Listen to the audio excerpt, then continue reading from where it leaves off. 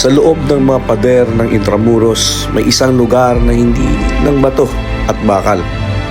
Ito ay saksi ng ating kasaysayan. Ito ang Fort Santiago. Dating tanggulan ng mga Kastila pero kalaunan naging kulungan ng mga Pilipinong lumaban para sa bayan. Dito kinulong, dito pinahirapan at dito rin huling naglakad si Jose Rizal bago ialay ang kanyang buhay para sa bayan. Ang bawat yapak sa lugar na ito parang may kasamang bulong ng nakaraan. Mga sigaw ng tapang, sakit at pag-asa. Hindi man natin naranasan ang kanilang dinanas, ang alaala nila ang dahilan kung bakit tayo malaya ngayon. Ang Fort Santiago ay hindi lang destinasyon ng turista. Isa itong paalaala na ang kalayaan ay may presyo. At may mga bayaning handang magbayad nito para sa atin. At hindi lamang si Jose Rizal ang may kwento sa loob ng mga pader na ito. Maraming Pilipino ang dinala rito, mga ina, ama, anak at kapatid. Ang tanging kasalanan ay ang nagmahal ng sariling bayan. Noong panahon ng pananakop ng mga Hapon, muling naging lugar ng takot at kamatayang Fort Santiago. Dito kinulong ang mga gerilla at sibilyan.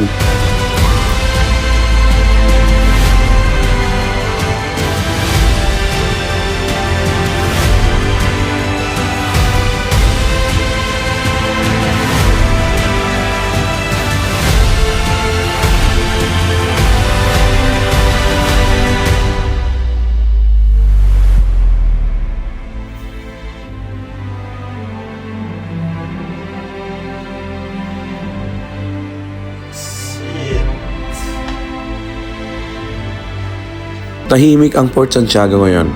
Walang sigawan, walang putukan. Pero kung hihinto ka at makikinig, maririnig mo ang kasaysayan. Maririnig mo ang paninindigan ng mga bayani na piniling tumayo kahit alam nilang sila'y babagsak. Maririnig mo ang dasal ng mga Pilipinong umaasang may bukas pa. May bukas pang darating para sa bayan. Ang mga lugar na ito ay hindi lang alaala ng nakaraan. Ito ay aral para sa kasalukuyan. Na ang kalayaan ay hindi minana, ito ay ipinaglalaban. Kaya sa bawat hakbang sa Fort Santiago, dala natin ang responsibilidad na alalahanin dahil ang bansang nakalimot sa kanyang kasaysayan ay paulit-ulit na binibihag ng sarili niyang pagkakamali. Ang Fort Santiago ay nananatiling tahimik na bantay. Nagpapaalala sa atin na ang kalayaan ay hindi dapat sinasayang at ang kabayanihan ay buhay hanggat ito'y inaalaala.